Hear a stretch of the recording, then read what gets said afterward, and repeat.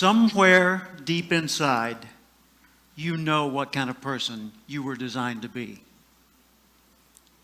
If you want to produce great acorns, think like an oak, not like an acorn. Think like the person you intend to become. Like the Christian question, what would Jesus do? Ask yourself, how would the person I'd like to be do the things I'm about to do? The acorn has three parts. It's got a stem, a cap, and a seed. And the stem represents its connection to the past. All the acorns, all the oaks that have ever existed in its line before are encoded in that transfer through that stem, the legacy into this acorn. The cap holds onto the seed until the seed's ready to grow on its own. So the cap represents your coaches, your mentors, your role models, your guides, your parents, your friends, your teachers. And when you're ready to grow on your own, the seed of that acorn holds not only your potential, but the potential of every future generation of acorns that will spring from that line. So let me ask a question. What kind of seed is in you? See, I believe part of our responsibility in life is to find out who we are, to discover ourselves. First off, we need to respect our nature. We need to realize we are part of a continuing chain that carries a legacy and a responsibility.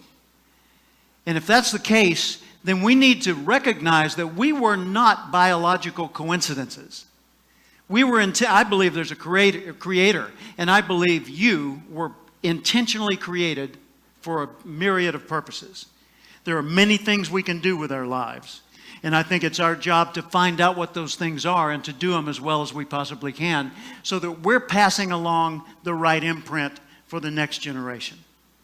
And that's just simply my life philosophy. That's the way I look at it. So first, we need to respect our nature. Second, we need to know our nature. Take Aristotle's advice, know thyself. But know things about yourself that most people don't discover. For example, know how you're smart, not just how smart you are in comparison to others. In what ways are you smart? Know what you care about. What are the values that motivate your choices? Know what your personal velocity is, the intensity and drive with which you naturally operate. Know the background imprint, positive, neutral, or negative, that you carry with you and what effect it's had on you. Know your behavioral style, how you come across to other people. Know the patterns in your choices so that you're continually learning more and more about what it's like to be you so you can do an even better job of it. And then we need to apply our nature. We need to nurture our nature by expressing ourselves in the world. See, I never expected to be anything but ordinary. I was raised to be nice and ordinary. I expected I would grow up to be, like Dad worked for the phone company. I figured I'd go to work for the phone company, maybe work in an office. I figured I'd I'd work till 65. I'd have 1.34 kids. I'd retire at 65, and then I'd die at the statistical average age for my gene pool. That's what I expected. Until one day in 1972, on the radio in the next room to mine, I heard a voice that changed everything. I was working for the Little Rock Housing Authority, Little Rock, Arkansas, Urban Renewal Agency. I was a government clerk making $525 a month. I weighed 200 pounds. This is 148. I smoked 2 packs of cigarettes a day. I had never set a goal in my life. I didn't have a college degree and no money in the bank. I was newly married with a new baby at home, and I didn't expect much from life. And in the next room, I heard the voice of Earl Nightingale, known at the time as the Dean of Personal Motivation. He was on 900 radio stations around the world, and what he said that day will forever resonate with me. He said, if you will spend 1 extra hour each day studying your chosen field, you'll be a national expert in that field in 5 years or less. That hit me like a tornado. It rearranged everything in my life. I started doing the math. An hour extra a day, so let's say 5 days a week, 50 weeks a year, that's 1,250 hours over 5 years. If I spent, me, just ordinary me, 1,250 hours studying one subject, wow, yeah, I could actually be a national expert. What do I want to be an expert at? Well, it's not urban renewal. And then it occurred to me a few weeks later, I want to do what the guy on the radio is doing. But I had no idea what that was. I just knew it felt right to get into the field of human development. And I thought, well, let's see, an hour a day. I'm a government clerk. I've got 8 hours a day. I could do this by Thursday.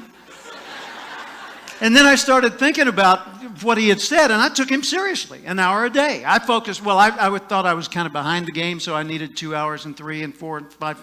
So I overcompensated, and I became fanatical about the field of human development. And in that 5-year period, I went from being a government clerk with very little aspiration to being a full-time speaker and trainer. In 2 years, that was 1972. In 1974, I started buying Earl Nightingale's training materials and selling them to businesses.